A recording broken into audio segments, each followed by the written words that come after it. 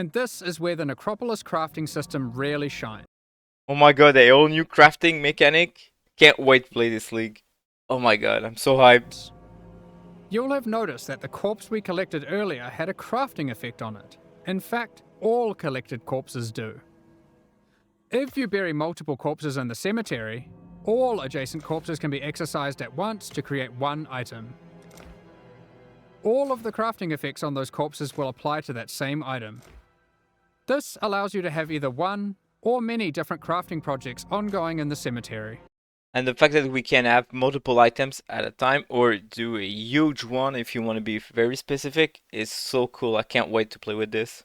So this is the tree I will be using for the upcoming league, 324 Necropolis. And I'll try to explain why I picked those. This is super focused on two things. So crafting with the new league mechanic and Syndicate.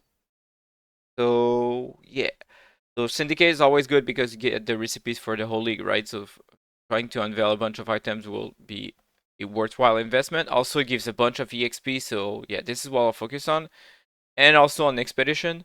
So I'll try to explain every single point I put in. And also in what order I will be doing it.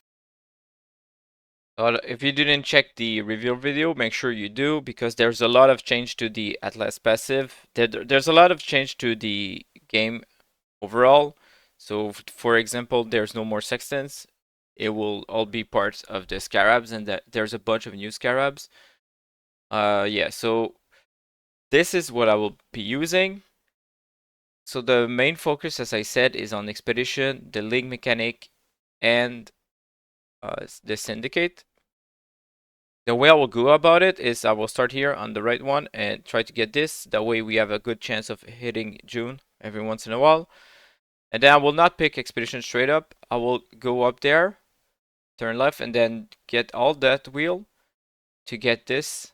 So 3%, one additional Karak mission every day is cool, but the main reason is the 3% per map completion.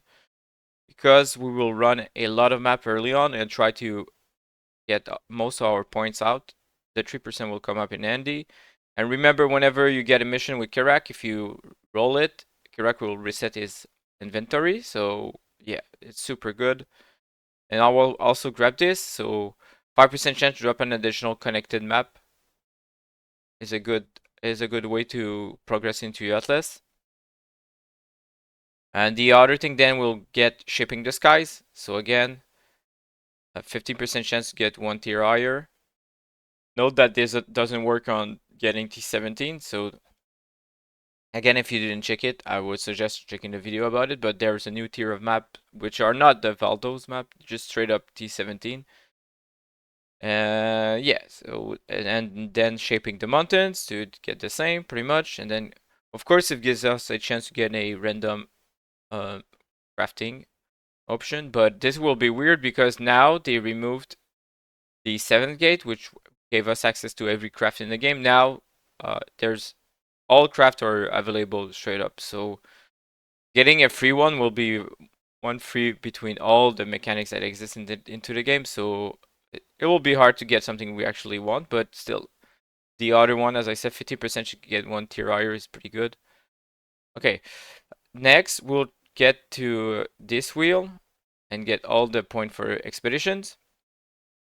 And then we'll be skipping this, and that one for now. And what we want to get is get all those points or those traveling points until we reach this.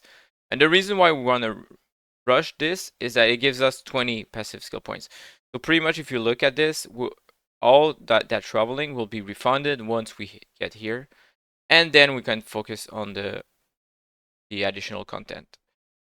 So yeah, so first off, I will for sure get all the nodes for expedition. So the way my Atlas is set up now, we have a guaranteed expedition encounter. There's 100% chance. So every map will have expedition.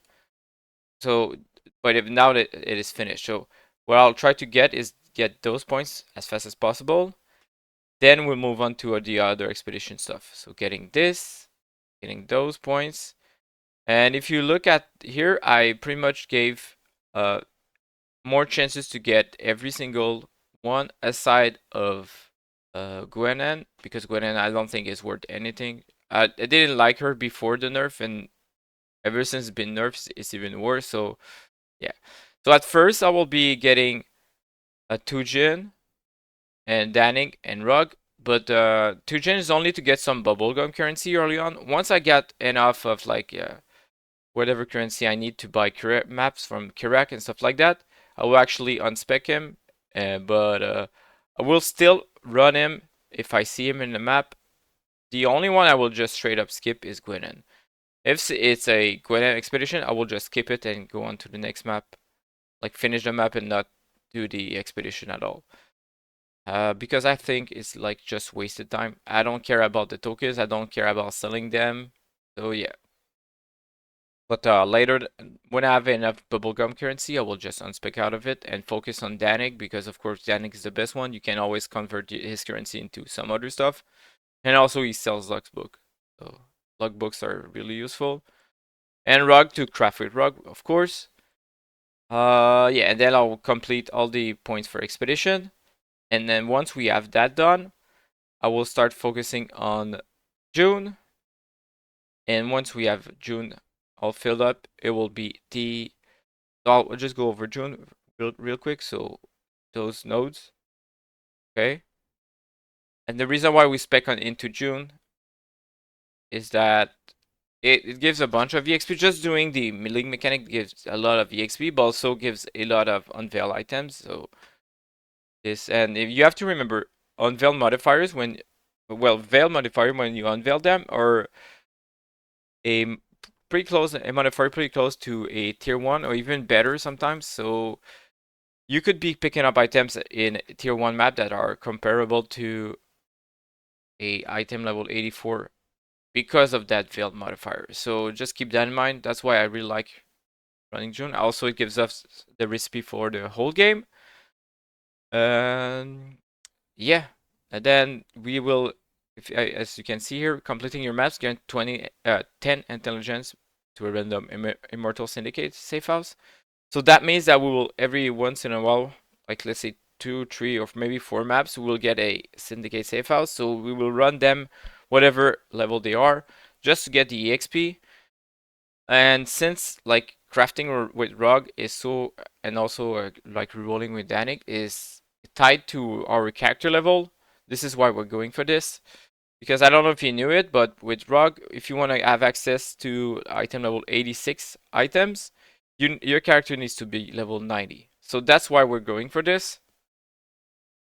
And last but not least, the link mechanic. Okay, so I picked up some of the nodes that I will start with, but I don't know exactly what will, if I will change those. But for now, I picked this up.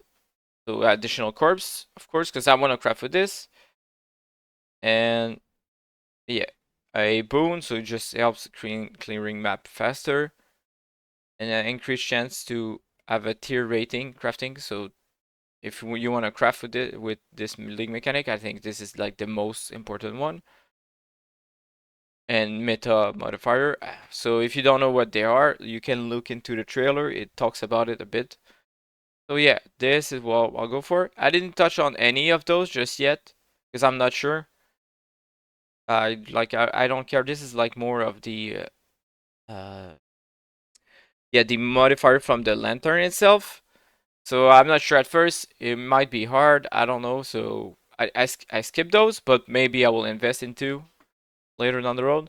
And the way I go about it, you have to remember, since I pick up Unwavering Vision, we get 20 additional points. So if you look here, it says 102. It might be crazy to do as a league starter, but if you think about it, it's only 82 points because, well, 81, I guess. 83 because we have to pick this one.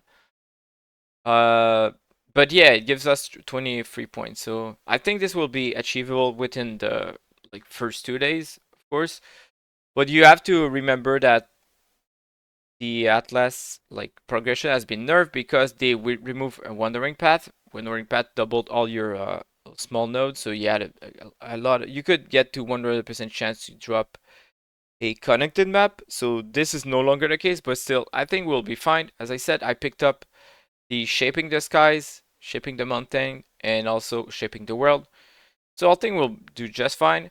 And since we're also focused on Kirak, whenever I let's say I run out of maps, I will just go to Kirak by his inventory of whatever maps I haven't completed, and then do his mission. And then once you do his mission, you don't have enough to finish it if you don't want to, but once you open a Kirak mission, his inventory will reset. So now you can do that over and over again. And this is why we're using 2 Jennifers to be able to get that currency from him.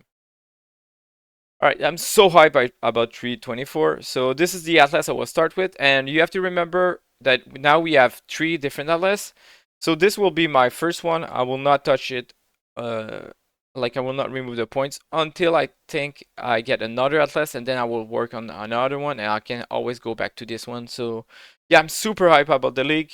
I just want to know what you will go for, and how do you like the changes, like remove the sextants and all the annoying stuff. To me, it's like such a quality of life, better than anything else. So yeah, hope you enjoyed this video. So just let me know what you will focus on in the comments, and as always, take care, guys.